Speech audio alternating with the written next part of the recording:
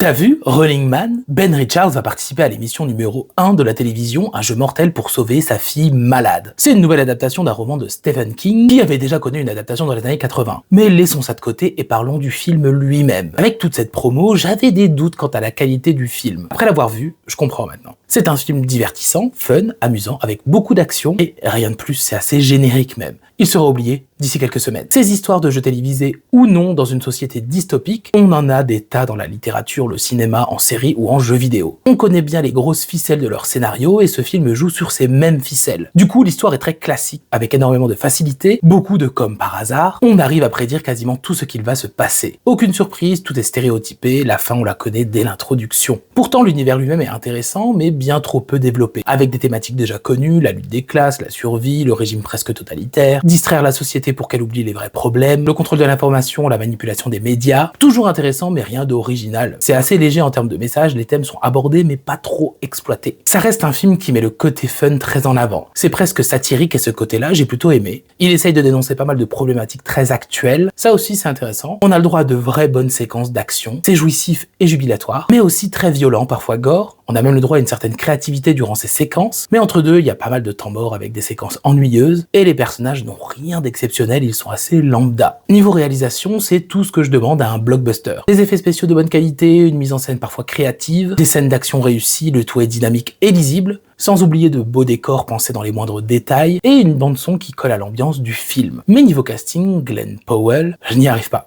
Toujours le même air, pas de changement d'expression faciale, très bien pour jouer le playboy qui tombe le t-shirt, mais beaucoup trop lisse. Par contre, Colman Domingo et Josh Brolin, toujours aussi excellents tous les deux, chacune de leurs apparitions est marquante.